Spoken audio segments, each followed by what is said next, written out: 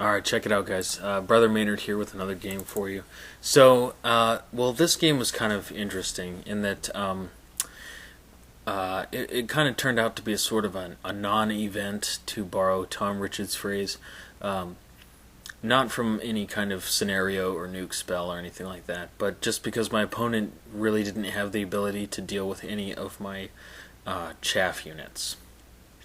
So I decided to do something a little different with the video and just kind of turn it into a kind of a instructional video, maybe some kind of chaff 101 for the budding demonic general. Or, you know, if you play against demons a lot, you might find this video interesting as well, because I think it really shows the capabilities of demonic support units rather well. Which, in my opinion, is really the strength of the army. You know, it's not 12-point undercosted bloodletters or flamers or the ward save. It's really just how good demonic support units are. So anyway, so here's an overview of the table. The left side of my deployment. As usual, I have a single blood crusher, a single fiend, 6 flamers with a herald, another single blood crusher. I got my unit of furies in the back, a unit of demonettes with a herald, another single fiend, my bloodletters, and then my Lord of Change over here on the right. And then you can see I scattered up some Nurglings to kind of do some damage to him, to his archers up there. And I kind of skipped pictures of High Elf deployment. So he got the first turn, moves up like so. He's got Dragon Princes on the left, and then he's got kind of this big unit of White Lions, and he has his battle standard in there. I really don't know what he's got. It wasn't relevant at all throughout the game. And then he's got a unit of archers. The banner sorcery is actually on the Phoenix Guard, but he's running 2 level 4s, which I thought was a rather interesting choice. Then he's got a bolt thrower and a smaller unit of archers. And I think here in his movement, he started the Phoenix Guard well back, but he's moved him up a little bit to kind of get him in range of my core units. He's going to pick up my core units with his magic. Which I really think is kind of a mistake on his part.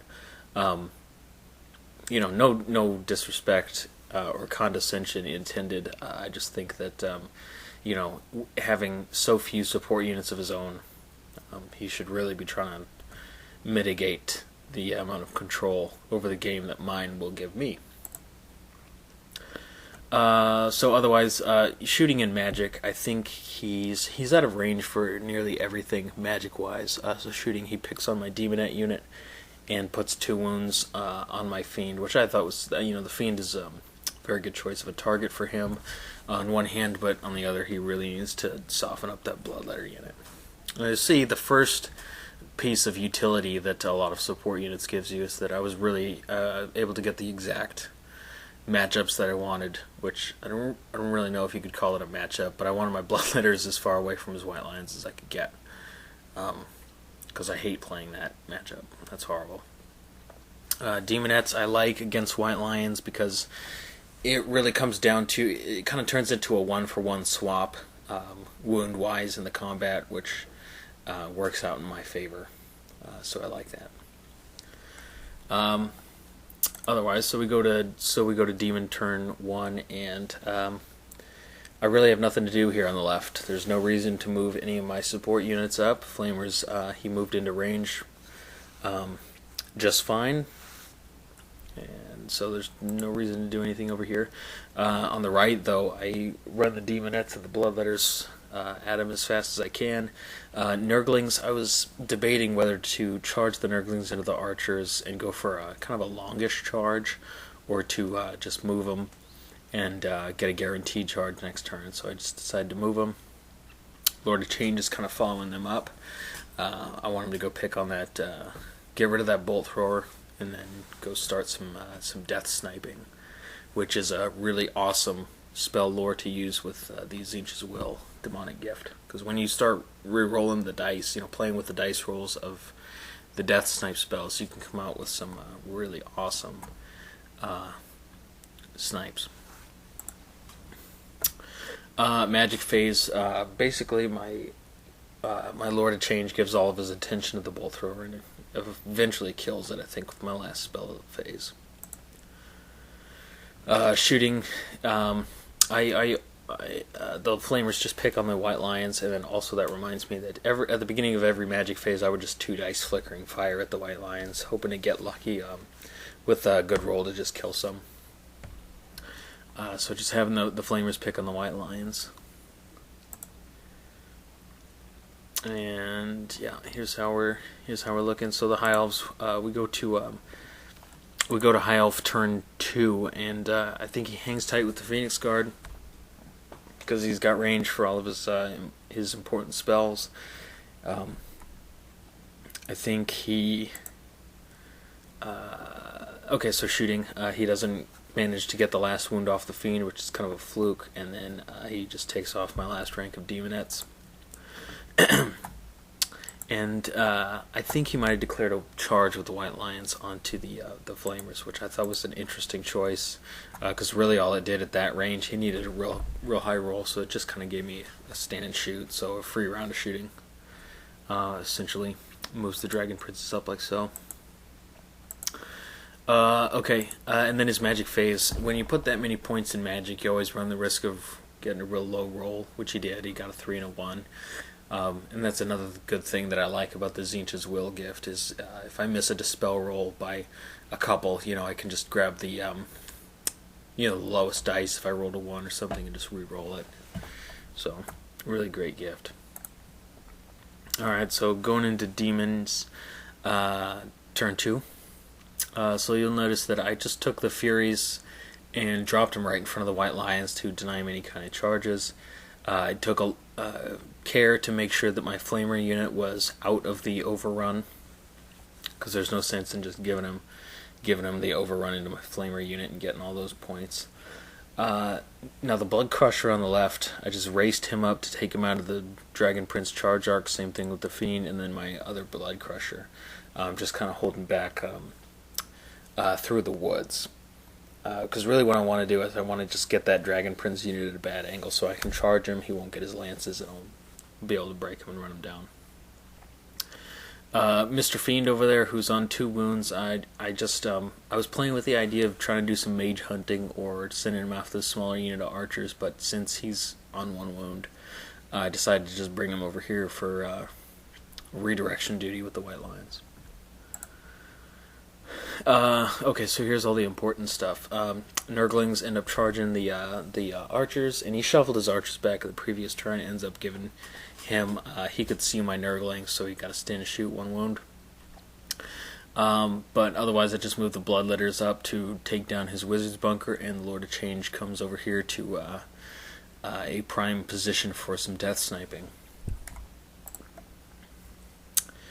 Okay, so shooting, and he ended up in his previous magic phase, he got Foz protection through on his White Lion unit, so that's kind of stopping my shooting a little bit, but you can see I'm still killing some, doing a pretty decent job of killing the White Lions.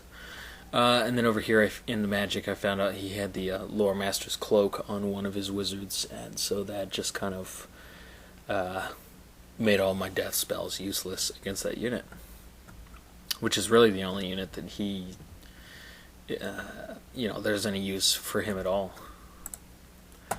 So we're just looking like that going into his next turn. So obviously the White Lions charge the Furies. He brings the Dragon Princes around, which I thought was rather an interesting choice. But regardless of what he did with them, I don't think he could quite back him up enough to get out of my Blood Crusher's charge arc. So he was going to get charged next turn regardless. So I think a lot of high elf players will kind of get fixated when you have flamers on the table. They'll really kind of get tunnel vision with regard to their Dragon Princess to go get them. So I think that might have been what was happening here, because you can see he's gunning for the flamers. And then he neglected to charge the spearmen into the demonettes, and he did that on purpose. I'm not really sure why he didn't go for that charge, but I thought that was interesting. Okay, so Magic, I think he rolled poorly for another wins. Actually, I think he might have banished some of my demonettes, and they also took all of his shooting. So my demonette unit is getting kind of small, but that's fine with me because he's not shooting at the bloodletters who are bearing down on his general's unit. White lions easily win the combat and reform like so. Alright, so here's how we're looking going into... Oh, you can see over there on the right, my Nurglings are just kind of duking it out with the archers. That's kind of a pillow fight there. Okay, oh, one other thing that's very important to note is that he shuffled his Phoenix Guard bunker around a little bit, but he didn't quite move him out of the charge arc of my demonettes. So going into my next turn, my charge looks like that, and this is kind of a weird angle, but I got the demonettes, and the bloodletters are like so. Actually, I think I might have done this a little bit wrong.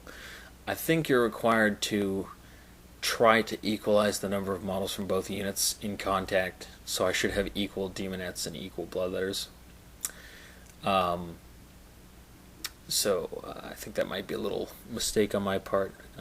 Not one that's going to make a difference in the long run. But anyway, so that's how we're looking. Both my core units into his bunker and my general into the flank there. I was debating whether or not to charge the demonettes in, but I finally decided to because I didn't want to risk charging my general in and then having the bloodletters fail the charge. That'd be a really nasty spot for me to be in. So I just decided to put him in as well to be safe. I also declared this charge. Now, this is, you got to be careful when you're playing against, like blood crushes and stuff, is because, they're going to do a lot of damage to that unit.